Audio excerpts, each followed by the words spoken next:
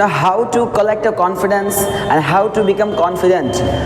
आज मैं आपको बताने वाला हूँ ना ये क्वेश्चन वर्ड्स। अगर आपने ये सारे क्वेश्चन वर्ड्स को समझ लिया और उनको याद करके आप यूज़ करने लग गए तो आप अपनी इंग्लिश को बहुत ही अच्छे लेवल तक इम्प्रूव कर सकते हैं और बहुत ही अच्छी बना सकते हैं। क्योंकि आपको ये जब आपको आ जाएंगे ना तो इससे आपको ये फ़ायदा ये होगा कि आप क्वेश्चन करने लग जाएंगे, आप आंसर करने लग जाएंगे। और जब आपको ये स्ट्रेटजी आ गई क्वेश्चन एंड आंसर की तो क्या ही बात है। तो आज आप देख सकते हैं यहाँ पर हमारे 15 क्वेश्चन वर्ड्स हैं जो कि स्पोकन में बहुत ही ज़्यादा यूज़ होते हैं। आप इनको अपनी इंग्लिश में यूज़ करके खतरनाक इंग्लिश बना सकते हैं। तो सबसे पहले देखिए, आपको स्पोकन इन सारे वर्ड्स को यूज़ करने के लिए सबसे पहले तो आपको इनकी मीनिंग पता होनी चाहिए। दैट्स वेरी क्लियर, आपको इनकी मीनिंग पता होनी ही चाहिए। नाउ जैसे यहाँ पे सारे क्वेश्चन वर्ड्स लिखे हुए हैं और उसकी यहाँ पर मीनिंग लिखी हुई है, तो उनको हम कैसे यूज़ करेंगे तो उसके लिए हमारा ये स्ट्रक्चर चलता है। यहाँ पर आप देख सकते हैं कि जो सबसे पहले हम लगाएंगे क्वेश्चन वर्ड्स, फिर हेल्पिंग वर्ब। जैसा टेंस होगा यहाँ पर सारी टेंस की हेल्पिंग वर्ब्स लिखी हुई हैं, और फिर हेल्पिंग वर्ब, फिर subject, then verb and then object. ये जो आपको अगर ये फार्मूला आ गया ज़बरदस्त इंग्लिश बना सकते हैं। तो चलिए बिना किसी देरी के लेट्स गेट स्टार्टेड। सबसे पहले हमारा लिखा है व्हाट इंग्लिश है क्या। अब इस क्या को कैसे यूज़ करेंगे तो आपको पहले ऐसे एक सेंटेंस बोलना है जिसमें क्या जो है वो बीच में आना चाहिए। मैंने बोला तुम्हारा क्या नाम है, तो क्या कहोगे what is your name, what is your name.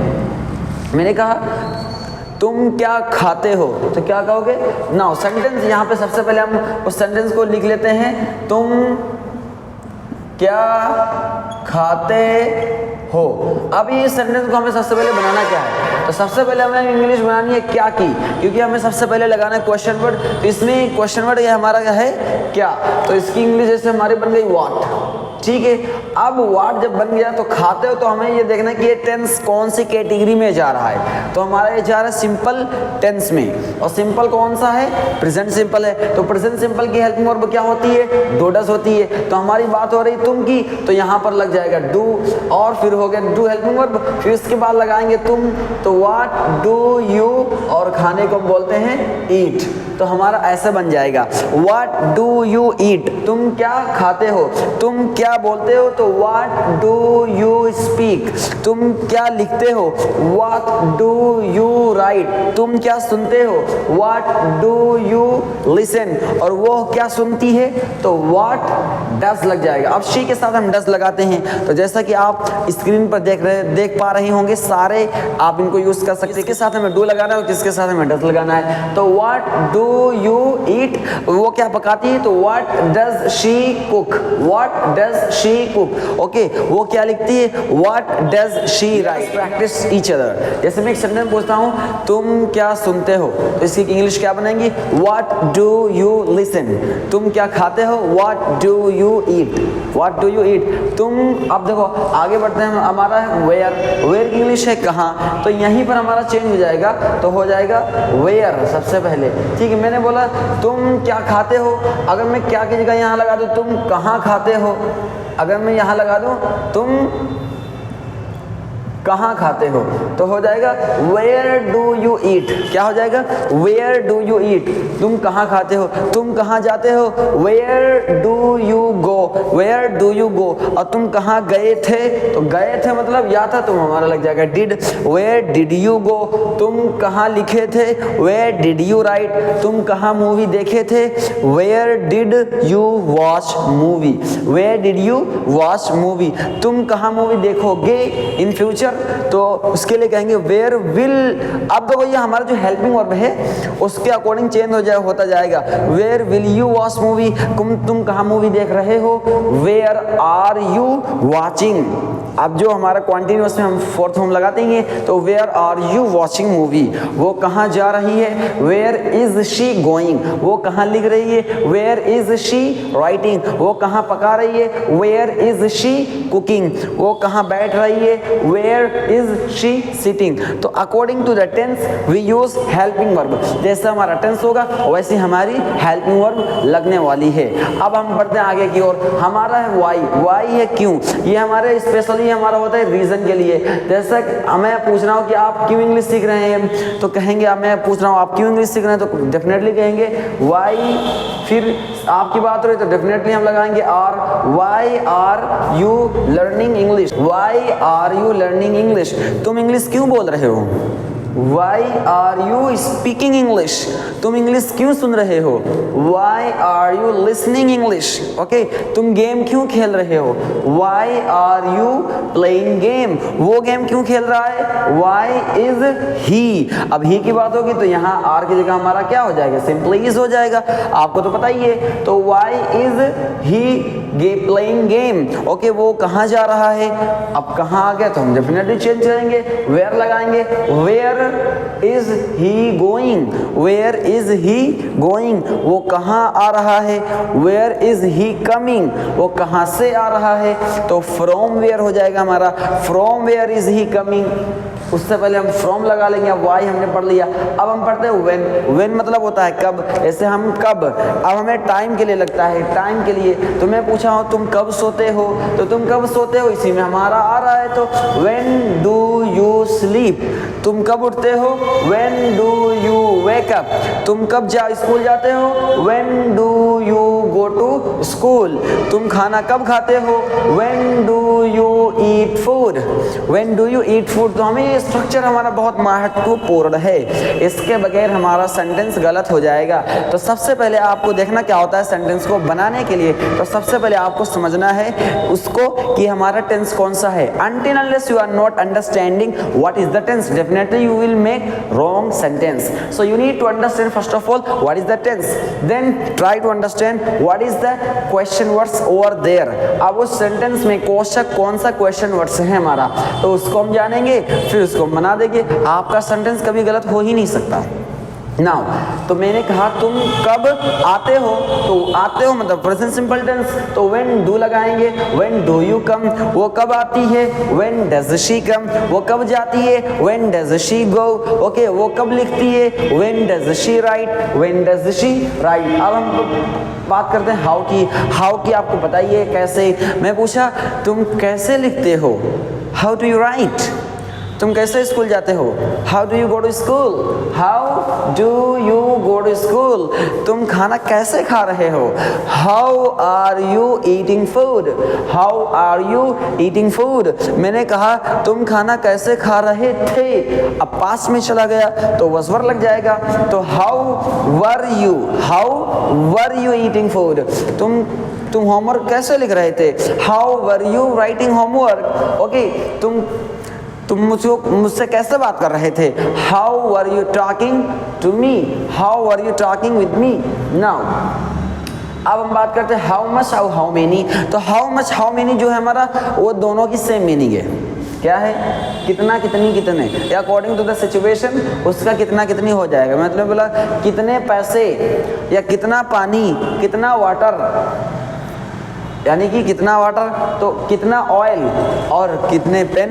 तो हमें क्या डिफरेंट क्या है, डिफरेंस इसमें ये है कि हम जो हमारी जो हाउ मच है हमारा ये लगता है हमारा अनकाउंटेबल के साथ। किनके साथ, अनकाउंटेबल, जिसको हम काउंट नहीं कर सकते, अनकाउंटेबल जो काउंट करने के लायक नहीं है। जैसे हमारा जो पानी है तो क्या वो काउंट कर सकते हो, डेफिनेटली आप काउंट नहीं कर सकते, नॉट एट ऑल, आप पानी को काउंट नहीं कर सकते। तो कहेंगे हाउ मच वाटर। और एक चीज़ आपको ध्यान रखनी है कि जो भी आप जिस चीज़ की बात करेंगे वो इसके बाद ही लगा देंगे। कहेंगे मैं पूछा कितना पानी पीते हो, तो how much water do you drink, कितना पानी पीते हो। अब पीते हो प्रेजेंट सिंपल टेंस ना, तो how much water do you drink. ऐसे मत कहना कि how much do you drink water, तो वाटर को बाद में मत ले जाओ, आप वाटर को इसी में जोड़ दो। इसी तरह मैंने बोला कितने पेन खरीदोगे, अब पेन को तो आप काउंट कर सकते हैं, तो जो काउंट कर सकते हैं तो वो हो जाता है हमारा हाउ मेनी।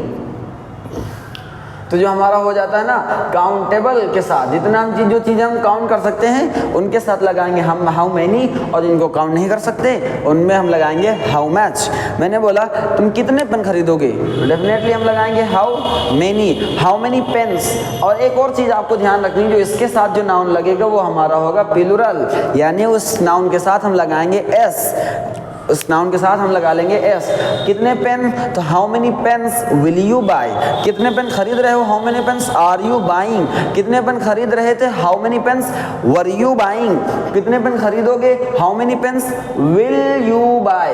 तो अकॉर्डिंग टू द टेंस हमारी हेल्पिंग वर्ब चेंज होती रहेगी। नाउ वो कितना खाना पका रही है, अब खाने को तो गिना नहीं जा सकता, तो हम कहेंगे how much food is she cooking, is she cooking, how much food is she cooking. तुम कितना खाना खाते हो, हाउ मच फूड या how many food, definitely how much लगाएंगे क्योंकि हम फूड को गिन नहीं सकते, तो how much food do you eat, तुम कितना खाना खाए थे कल, तो how much food did you eat, खाए थे यस्टरडे। ठीक, अब हम बढ़ते हैं आगे की ओर, हमारा है हाउ फार। हाउ फार की मीनिंग क्या है, यानी कितनी दूर, ये डिस्टेंस के लिए होता है। मैंने बोला जैसे आप सुबह सुबह रोजाना दौड़ते हो, तुम्हें तो जानता नहीं हो आप कितना दौड़ते हो, तो मैं पूछूंगा how far do you run, आप कितनी दूर दौड़ते हो, आप कितनी दूर दौड़ते हो, तो how far do you run, आप कितनी दूर स्कूल जाते हो, तो how far do you go to school, आप कितनी दूर जा सकते हो,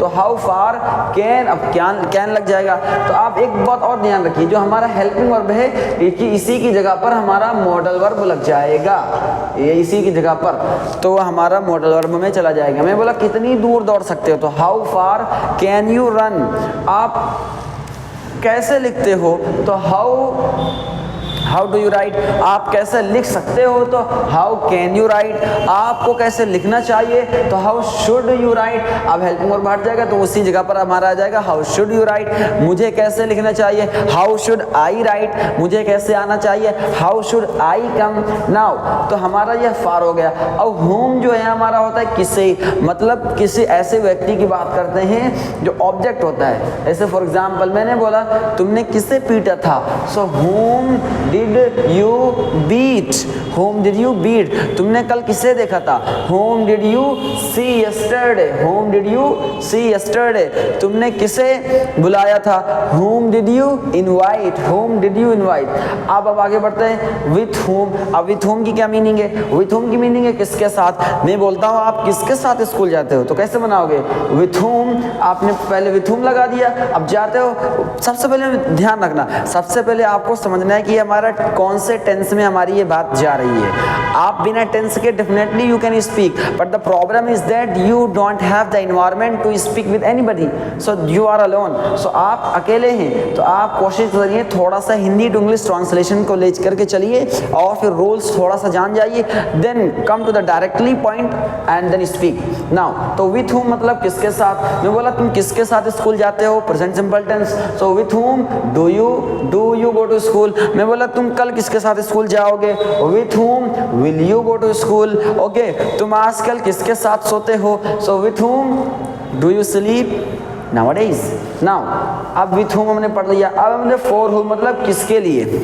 अब किसके लिए क्या, किसके लिए, मैंने बोला किसके लिए आप चाय बना रहे हो, तो for whom are you making tea, for whom are you making tea, आप किसके लिए इंग्लिश सीख रहे हो, तो for whom are you learning English, आप किसके लिए यहाँ आ रहे हो, तो for whom are you coming here, आप किसके लिए यहाँ आते हो, तो for whom do you come here, for whom do you come here, आप यहाँ किसके लिए आए थे। अब मैं पास्ट की बात करता हूँ तो आया था तो वहाँ डिड हो जाएगा, so for home did you come here.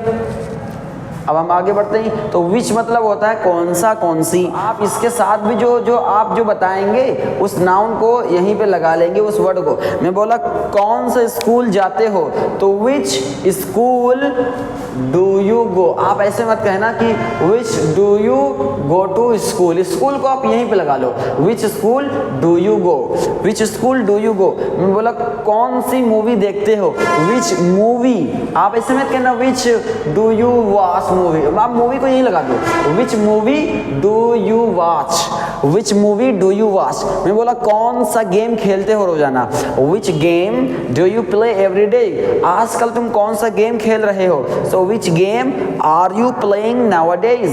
Now अब हमारा वर्ड है with in which। अब in which मतलब होता है कौन सा ही होता है, उसमें में लग जाता है। अब इसके साथ भी जो हमारा वो जो होगा उस नाउन को यहीं पे लगा लेंगे। मैं बोला कौन से स्कूल में, तो इन विच स्कूल पढ़ते हो, तो डू यू स्टडी। मैं बोला कौन से इंस्टीट्यूट में तुम इंग्लिश सीखते हो, तो in which institute do you learn English.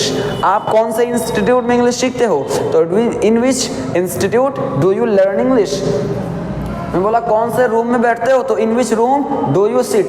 आप उसको नाउन को यहीं पे लगा लेना, जैसे यहाँ पे आपने लगाया था, ठीक है। आगे बढ़ते हैं विद विच, और हमारा है बाय विच। देखो ये दोनों की मीनिंग है किससे किससे, तो डिफरेंस हमारा ये है। तो जो विद विच है ना, तो ये हमारा लगता है टूल्स के लिए। किसके लिए? टूल्स के लिए। और ये हमारा होता है ट्रेवलिंग के लिए, यानी कोई आप हमारी कार वार जिससे भी आप मतलब जाते हैं ना, कार से जाने के लिए हम लगाएंगे बाय विच। मैं बोला किससे स्कूल जाते हो, तो by which do you go to school. आप तो अगर आप कार से जाते हो तो कहोगे I go to school by car, उस बाय को उठा करके कार से पहले लगा देंगे, ठीक है। अगर आप बस से स्कूल जाते हो तो कहोगे I go to school bye बस। लेकिन यहाँ पर भी किससे मीनिंग है, लेकिन ये टूल्स के लिए। मैं बोला मैं किससे लिखते हो, आप जैसे पेंसिल से लिखते हो अपना होमवर्क, मैं बोलूँगा with which do you right your homework. तो आप किससे अपना होमवर्क लिखते हो, तो with which do you right your homework, तो वहाँ पर विद विच लगेगा। और बाय विच आप ट्रेवलिंग के लिए, मतलब बस, कार, ट्रेन। तो ये हमारे क्वेश्चन वर्ड्स हैं। आप अगर इन पे एक्सपर्ट हो गए तो definitely you can speak so many things and you can create your own sentences in your native language. Now the first of all, जैसे आप अपनी नेटिव लैंग्वेज में बनाएंगे, तुम क्या खाते हो, so what do you eat. Now let us practice together. The first sentence I'm asking to you, मैं स्कूल जाता हूँ, तो I go to school.